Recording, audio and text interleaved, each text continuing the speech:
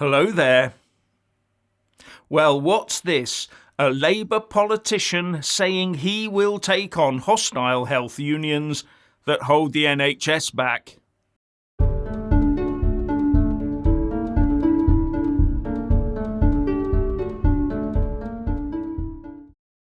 Now, if you haven't already done so, please do subscribe and then like and comment below.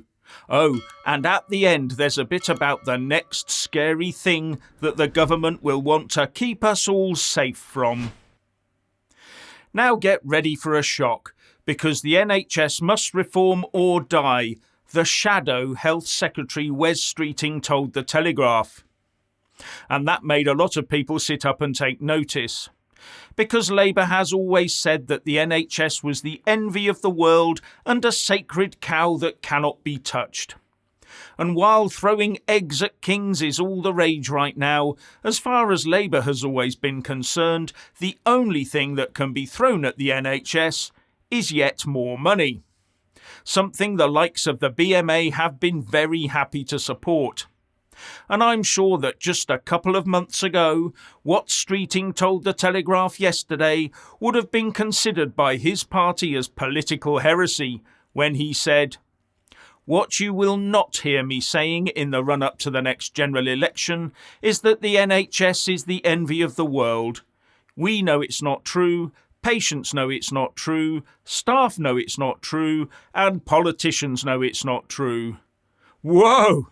Knock me down with a feather. A Labour shadow minister said that? Streeting also has a go at the British Medical Association, the Doctors and Medical Students Trade Union, for being hostile to the concept that patients should expect better standards. Labour shadow minister versus the doctors? Interesting. I thought the Labour idea was based on an Iron Bevan's teachings of stuffing their mouths with gold. But Wes Streeting channelled the Tories by saying there wasn't enough money for that at the moment.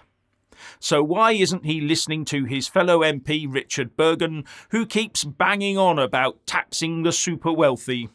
Isn't that the new Labour money tree?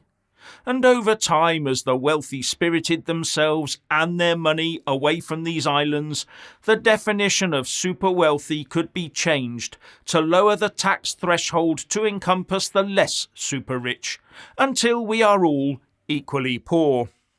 Anyway, Streeting sparked a bit of a battle of words over associating the BMA with hostile forces holding back NHS reform. He pointed out that patients need more access to more doctors and said he was appalled when GPs voted to reduce their hours down to 9 to 5. But the BMA didn't like that sort of talk. Dr. Emma Runswick, the Deputy Chairman of Council at the BMA, said that the whole NHS is in crisis, and this results not only in poor provision for patients, but also incredibly difficult conditions for those of us delivering this care. The anger for that crisis should be directed squarely at the government and their failure to invest, not at those who work in the NHS or the unions who represent them. It's incredibly disappointing that Mr. Streeting has chosen to attack us in this way.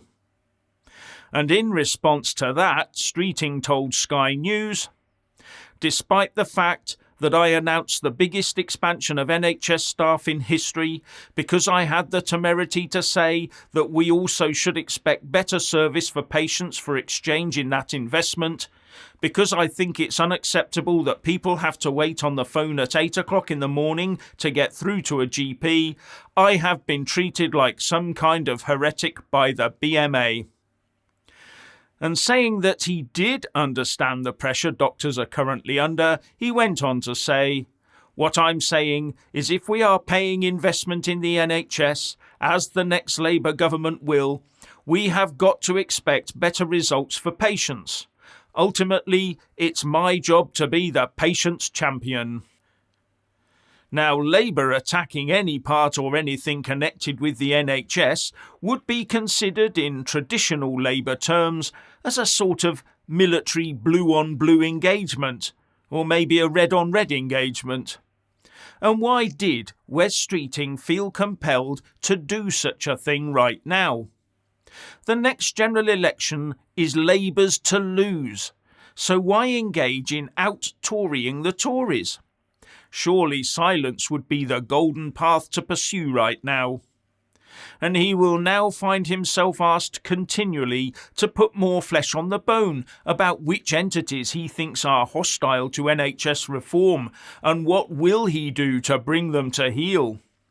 And Wes Streeting's comments come as the Sun is reporting that up to 100,000 nurses will walk out on their first national strike and that dozens of firebrand Labour MPs are preparing to join the picket lines. Sounds like the Labour Party is going through a bit of a politically schizophrenic period at the moment.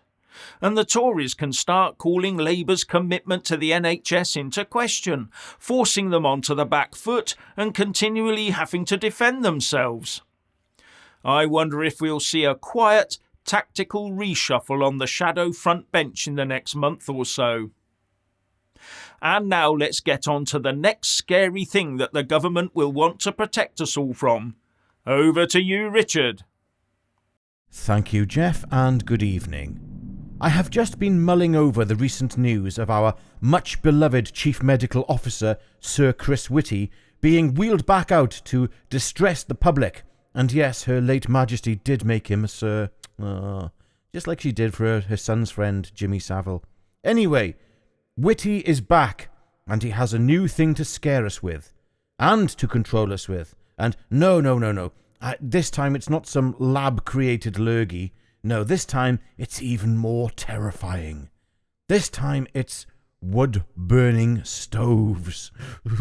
To be more precise, it's actually damp wood that is being burnt on wood-burning stoves.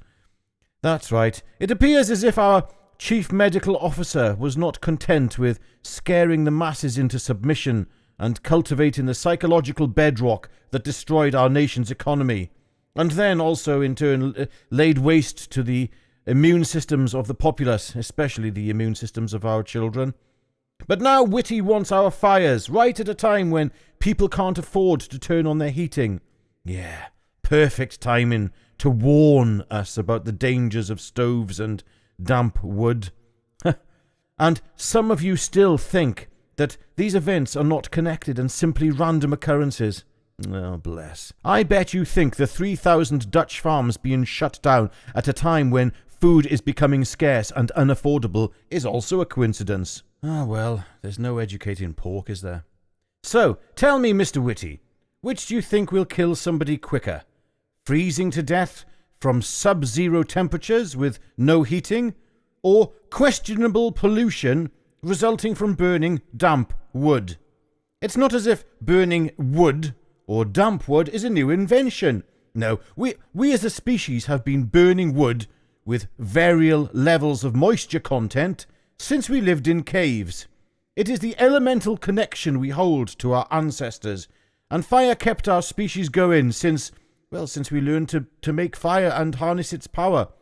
But I am afraid it looks like the government's top scientific chappie thinks now is the perfect time to warn us about something we have lived with for thousands of years and has kept us alive. So just before Granny places that last lump of coal on her fire to stave off her impending hypothermia, quickly grab it off of her, because it might make her ill. Maybe His Majesty will give Mr. Whitty another award for getting rid of damp wood. You never know. And after all, we do need saving from ourselves and our own innate stupidity. Anyway, I'm getting too angry here. Back over to you, Jeff. Thank you, Richard. And finally, when subscribing, please don't forget to press that little bell and also select the all option, or you won't get any notifications when I publish a new video. And thank you all so much for taking the time to watch the show.